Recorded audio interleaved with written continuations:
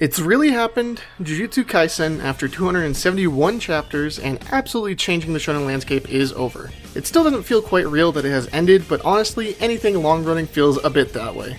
And what a run it had! I swear, JJK has had a grip on the average person like I haven't seen in forever. Through sheer coincidence, something about the series just broke through into public consciousness at seemingly random. Jujutsu Kaisen's memes and iconic moments are constantly referenced in every online fandom, and it never really stopped. Gojo's first hollow purple, nah, I'd win. Gojo cut in half. And well, really, everything about Gojo?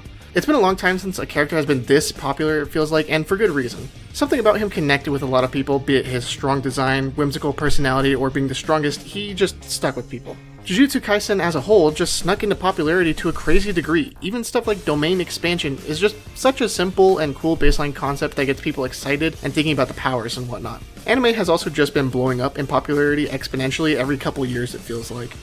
But how was Jujutsu Kaisen now that it's all said and done?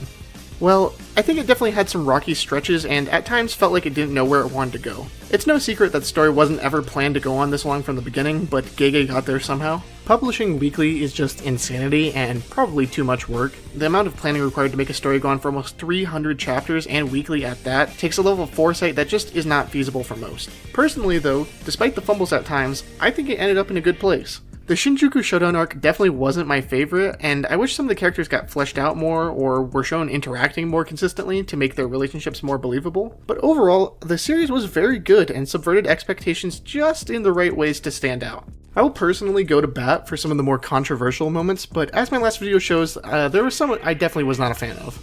Talking about the last chapter in specifics now, I felt happy with the amount of closure we got. In another flashback with Gojo, him and Yuji discuss how his way of doing things isn't necessarily the best and that it's up to the next generation to really figure out how to succeed where he failed. This is a good note to end on, as arguably a lot of the issues in the series stem from Gojo's laissez-faire attitude and just letting authority figures who honestly have no power over him continue to make stupid decisions that hurt people in the long run. A more hands-on role in governance, while not his style at all, could have done a lot of people a lot of good. He even admits he's not the most mature and that they'll grow up past him. So handing off that sort of power to the sorcerers who banded together to fight Sukuna is a nice changing of the guard.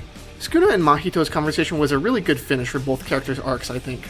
Only in death can Sukuna really come to terms with and admit that he was lashing out for ultimately no reason at a world that despised him from birth. He never really lived for himself nor was above anything he claimed to be. Mahito calls him out on it, and while he rejects it at first, Sukuna basically agrees, even saying that perhaps next time it would be nice to walk a different path. Mahito rejects the idea and says Sukuna's gone soft, which is a nice dichotomy. Sukuna and Mahito were never really wholly the same, and there was always this tinge of a feeling with Sukuna that he was forcing himself to seem cool and above it all, while Mahito was really in it for a love of the game. Not that Sukuna wasn't as well, but not to the same degree at times. It's a good ending for a somewhat shaky character arc. I expected more of a bittersweet ending, which this still is to some degree, but it's nice that the main trio and many others survived and are living happily. Yuta is still kicking, Nobara and Megami are doing well and whatnot. The last couple pages show everyone who remains having a good time and living life to its fullest, and it just feels good. I think a lot of the people expected more of the central characters to be dead by the end, and while plenty died, it still feels like many of them got off easier than expected.